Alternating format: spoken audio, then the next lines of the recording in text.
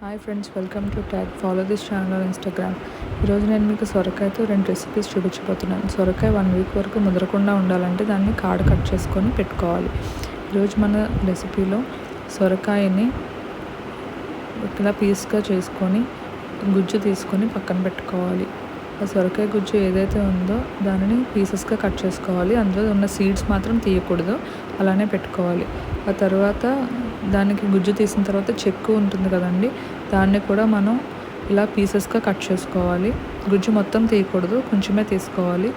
ఎందుకంటే మనం గుజ్జుతో దప్పడం చేసుకుంటున్నాం. అలాగే ఈరోజు సొరకాయని తురుము చేసుకొని ఆ సొరకాయ తురుముతో పోపు కూడా చేసుకుంటున్నాం. కాబట్టి సొరకాయని ఇలాగా చెక్కు తీయకూడదండి, ఎందుకంటే చెక్కులో చాలా పోషక విలువలు ఉంటాయి. ఆ సొరకాయలో మనకి ఉన్నటువంటి పోషక విలువలు ఏంటంటే అది చాలా రిచ్ సోర్స్ ఆఫ్ ప్రోటీన్ అండి. అదేవిధంగా vitamin C, vitamin K, calcium కూడా ఎక్కువ ఉంటాయి. సమ్మర్లో ఈ సొరకాయ అనేది చాలా చలవ చేస్తుంది, వేడి చేయదు. నెక్స్ట్ ఏంటంటే ఇది హార్ట్ ప్రాబ్లం ఉన్న వాళ్ళకి, అలాగే లివర్ ప్రాబ్లం ఉన్న వాళ్ళకి, ఇంకా కిడ్నీ ప్రాబ్లం ఉన్న వాళ్ళకి కూడా చాలా బాగా హెల్ప్ అవుతుంది. సొరకాయ అనేది తీసుకుంటే మనకి ఇండైజెషన్ ప్రాబ్లం ఎవరికైతే ఉందో వాళ్ళకి చక్కగా హెల్ప్ అవుతుందండి. అలాగే ఇప్పుడు సొరకాయ తురుము చేసుకున్నాం కదా, ఈ తురుములోనికి మనం ఒక 1/2 టీ స్పూన్ సాల్ట్ వేసుకోవాలండి.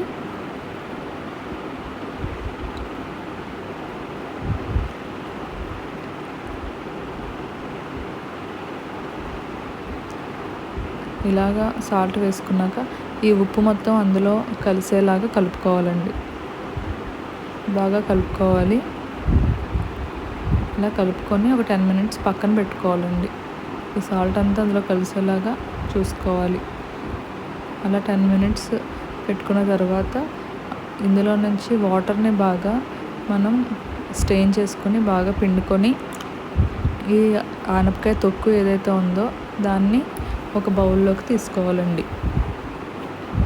మనం వాటర్ని బాగా స్ట్రెయిన్ చేస్తున్నాం కదండి, ఆ వాటర్ని ఏమాత్రం వేస్ట్ చేయకుండా ఆ వాటర్తో మనం దప్పలం చేసుకుంటున్నామో ఆ వాటర్తో అలాగే ఆనపకాయ గుజ్జు కట్ చేసిన ముక్కలు ఏవైతే ఉన్నాయో వాటితో దప్పలం చేసుకుంటున్నాం. అదేవిధంగా ఈ ఆనపకాయ తొక్కు ఏదైతే ఉందో, ఈ సొరకాయ తొక్కు, దీంతో మనం ఈరోజు పోపు పెట్టుకుంటున్నామండి. అలాగే నేను మీకు ఒక 2 హెల్తీ రెసిపీస్ నేను ఈరోజు మీకు చూపించబోతున్నాను. చాలా బాగా ఇది వాటర్ కంటెంట్ అనేది అందులో లేకుండా చూసుకోవాలండి.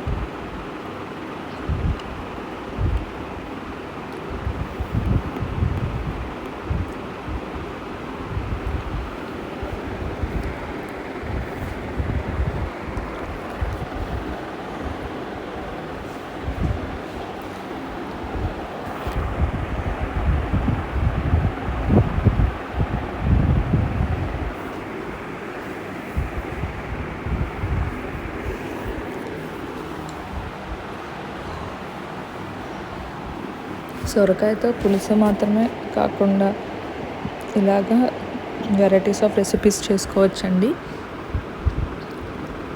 చూసారు కదా, ఈ వాటర్ ఏదైతే ఉందో ఆ వాటర్ని బాగా, ఈ వాటర్ కంటెంట్ దాన్ని బాగా స్ట్రెయిన్ చేసుకొని పెట్టుకున్నాం కదండి. ఇప్పుడు ఈ సొరకాయ తొక్కుని చక్కగా ఎలా తీసుకొని పెట్టుకోవాలన్నమాట. ఈ వాటర్ని కూడా ఫిల్టర్ చేసుకోవాలి, ఎందుకంటే ఆ సొరకాయ తొక్కు ఏదైతే ఉందో దాన్ని బాగా ఫిల్టర్ చేసుకొని మనం ఒక బౌల్లోకి తీసుకున్నాం కదండి, ఆ బౌల్లోకి వేసుకోవాలన్నమాట. ఇప్పుడు ఏంటంటే ఇంకొక బౌల్ తీసుకొని ఆ బౌల్లోకి ఈ సొరకాయ తొక్కు ఉంది కదండి, దీన్ని చక్కగా స్ప్రెడ్ చేసుకోవాలి.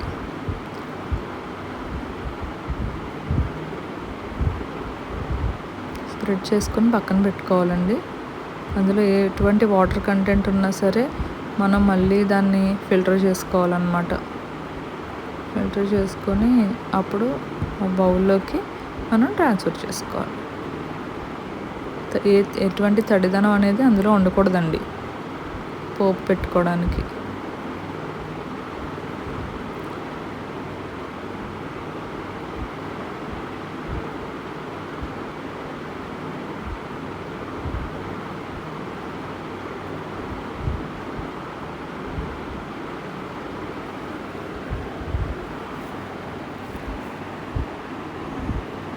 తడి ఏదైనా కొంచెం తడిదనంగా ఉన్నా కానీ మనం ఒక బౌల్లోకి తీసుకున్నాం కదండి వాటర్, ఆ బౌల్లోకి మనం తీసేసుకొని ఆ వాటర్ని ట్రాన్స్ఫర్ చేసుకొని అలాగే దీన్ని ఇందులోకి తీసుకోవాలన్నమాట అండి.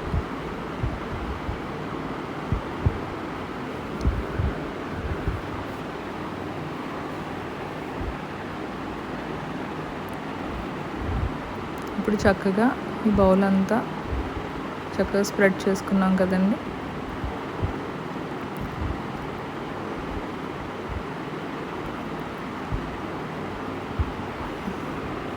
ఇప్పుడు ఈ సొరకాయ చెక్కుతో పోపు తయారు చేసుకునే విధానం చూద్దామండి. ఇందులో స్టవ్ మీద ప్యాన్ పెట్టుకొని 5 స్పూన్స్ ఆఫ్ ఆయిల్ వేసుకోవాలండి.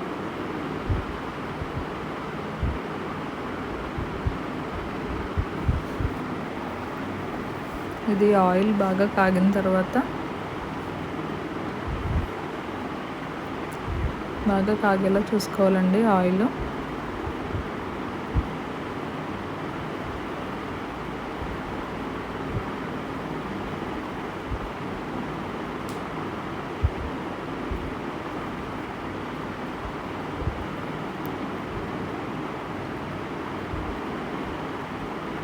ఇప్పుడు ఆవాలు వేసుకోవాలండి,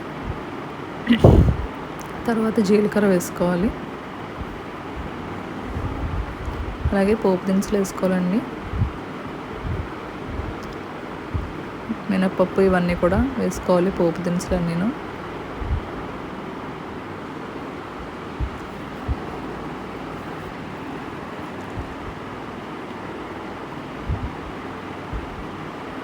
పల్లీలు వేసుకోవాలండి, వేరుశనగ గుళ్ళు వేసుకోవాలి.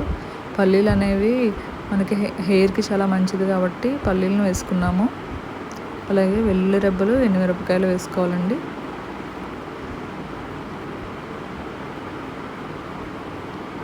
దీన్ని బాగా వేపుకోవాలి పల్లీలను.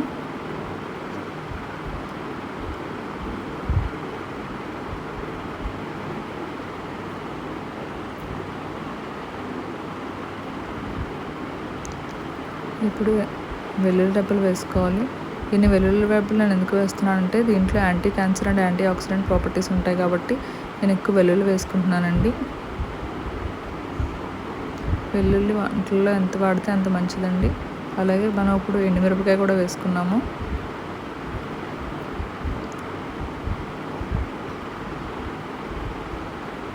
కొద్దిగా కరివేపాకు వేసుకోవాలి.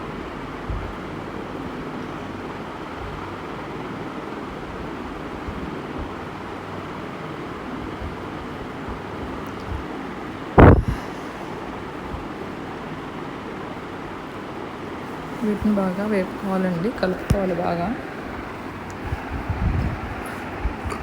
కొద్దిగా పసుపు వేసుకోవాలి.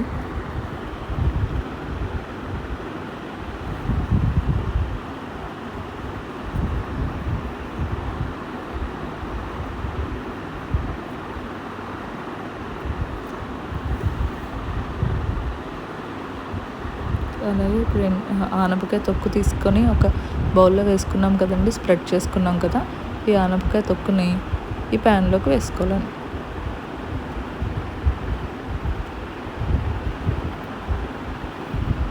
మనం ఎంత చక్కగా దాంట్లోకి స్ప్రెడ్ చేసుకుంటే అంత చక్కగా మనకి కలుపుకోవడానికి బాగుంటుందండి.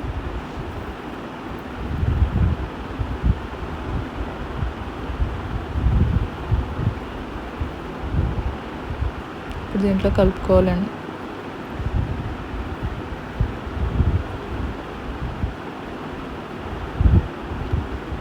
చూస్తున్నారు కదా ఫ్రెండ్స్, చక్కగా ఇలా ఆనప తొక్కుతో మనం వెరైటీ ఆఫ్ రెసిపీస్ చేసుకోవచ్చు, చక్కటి వంటకాలు చేసుకోవచ్చు. మీరు కూడా ట్రై చేయండి, చాలా చాలా బాగుంటుంది. అసలు ఎంత యమ్మీగా ఉంటుందంటే చాలా టేస్టీగా, చాలా యమ్మీగా ఉంటుందండి. పల్లీలు, వెల్లుల్లి రెబ్బలు అవన్నీ వేయడం వల్ల మనకి మంచి అరోమా అనేది వస్తుంది. అలాగే మనం ఇప్పుడు కొంచెం సాల్ట్ వేసుకున్నామండి. సాల్ట్ మళ్ళీ ఎందుకు వేసుకున్నామంటే ఆ సాల్ట్ నుంచి ఆ వాటర్ అనేది తీసేసాం కదా, సో ఇది ఈ ఆనప తొక్క నుంచి.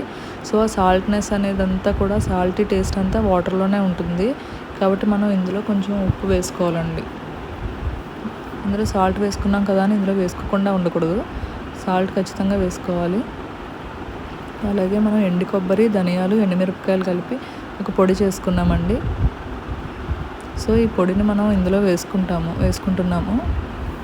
ఈ పొడి వల్ల మనకి మంచి అరోమా వస్తుంది. అలాగే అందులో ఉన్న కొబ్బరి టేస్ట్ అనేది కూడా దిగుతుంది కాబట్టి చాలా చాలా బాగుంటుందండి. మీరు ట్రై చేసి చూడండి, చాలా బాగుంటుంది, ఎంతో ఇష్టపడి తింటారు. సో మన సొరకాయ పోపు రెడీ. ఇప్పుడు మనం ఆనపకాయ గుజ్జు ముక్కలుగా చేసి పెట్టుకున్నాం కదండి, వీటితో మనం దప్పలం ఎలా చేసుకోవాలో చూద్దాం. ఆయిల్లో ప్యాన్ పెట్టుకొని ఆయిల్లో మనం ఆవాలు, జీలకర్ర, అలాగే పోపు దినుసులు కూడా వేసుకోవాలండి. ఇందులో కూడా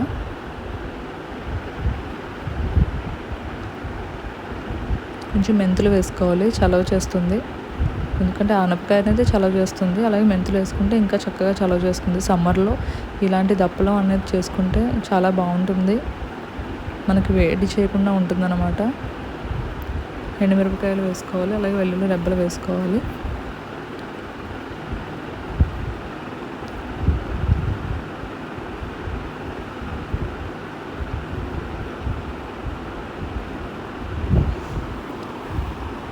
కొంచెం ఇంగువ కూడా వేసుకోవాలండి. దప్పలంలో ఇంగువ వేసుకుంటే చాలా చాలా బాగుంటుంది, దాని టేస్ట్ బాగుంటుంది, అలాగే దాని నుంచి వచ్చే అరోమా కూడా బాగుంటుంది. నేను ఆచివారి ఇంగువ వాడుతున్నాను. కొంచెం కరివేపాకు వేసుకోవాలి. అలాగే వెల్లుల్లిపాయలు ఇలా పాయల లెక్కనైనా వేసుకోవచ్చు, లేదంటే చిన్న చిన్న ముక్కలుగా కట్ చేసుకుని కూడా వేసుకోవచ్చు. అంటే మీరు ఫైన్ కటింగ్ అయినా చేసుకోవచ్చు, ఏదైనా మీ ఇష్టం అన్నమాట. వాటిని బాగా ఫ్రై చేసుకోవాలండి, బాగా కలుపుకోవాలి.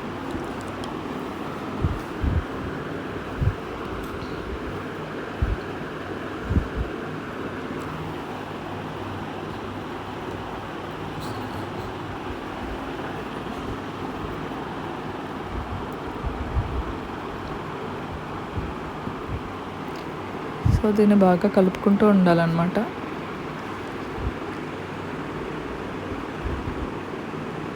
ఇప్పుడు అల్లం వెల్లుల్లి పేస్ట్ వేసుకున్నామండి.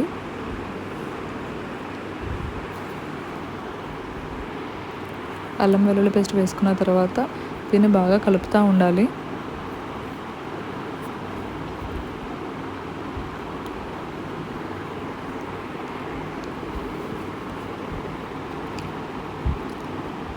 ఇప్పుడు ఆనప గుజ్జు ముక్కలు కట్ చేసుకున్నాం కదండి, అవి వేసుకోవాలి. అవి వేసుకున్న తర్వాత మనం టొమాటో ముక్కలు కూడా వేసుకోవాలండి.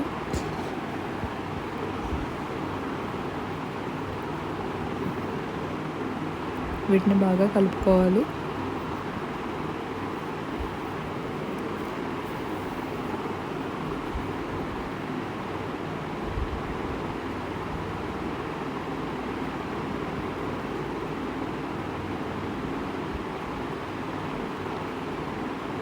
మనం బ్రౌన్ రైస్ అనేది వాడితే చాలా మంచిదండి. ఇప్పుడు అందరూ కూడా బ్రౌన్ రైస్ వాడుతున్నారు కదా, తౌడు బియ్యం అంటారు కదా. ఆ రైస్ని బాయిల్ చేసుకొని దాని నుంచి వచ్చిన స్టార్చ్ని ఒక బౌల్లోకి తీసుకొని పెట్టుకోవాలండి. ఇప్పుడు ఏంటంటే ఈ స్టార్చ్ని మనం ఈ రెసిపీలోకి వాడుతున్నాం, దప్పలంలోకి బ్రౌన్ రైస్ స్టార్చ్ని వాడుతున్నాము. చాలా చాలా హెల్దీ అనమాట బ్రౌన్ రైస్ అనేది. సో మనం ఆ స్టార్చ్ని ఇందులోకి వేసుకుంటున్నామండి.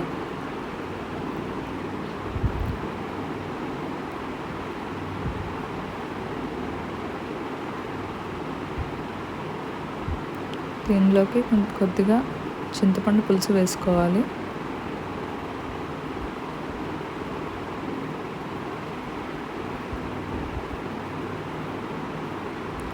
బెండకాయలు వేసుకోవాలండి, ఆప్షనల్ అన్నమాట. మీరు వేసుకోవచ్చు, లేదంటే మీ ఇష్టం అది. కొంచెం కొత్తిమీర వేసుకుంటున్నాం.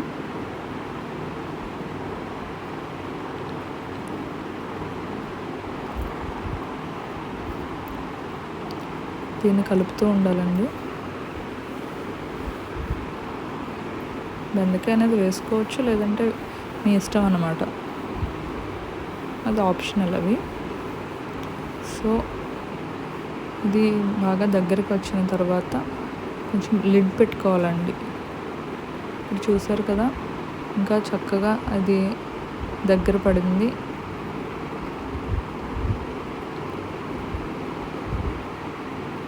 సో మన సొరకాయ దప్పలం అనేది కూడా రెడీ అయిపోయింది. మనం ఇలా హెల్తీ రెసిపీస్ చేసుకోవచ్చు. సో యమ్మీగా ఉండే సొరకాయ గుజ్జు దప్పలం, సొరకాయ చెక్క పోపు ready. So thanks for watching friends. నేను ఇలాంటి వీడియోస్ చాలా అప్లోడ్ చేస్తూ ఉంటాను, మీరు చూస్తూ ఉండండి. అలాగే లైక్ చేయండి, షేర్ చేయండి, సబ్స్క్రైబ్ చేయండి. నా channel name tag travel art gardening. Thank you friends.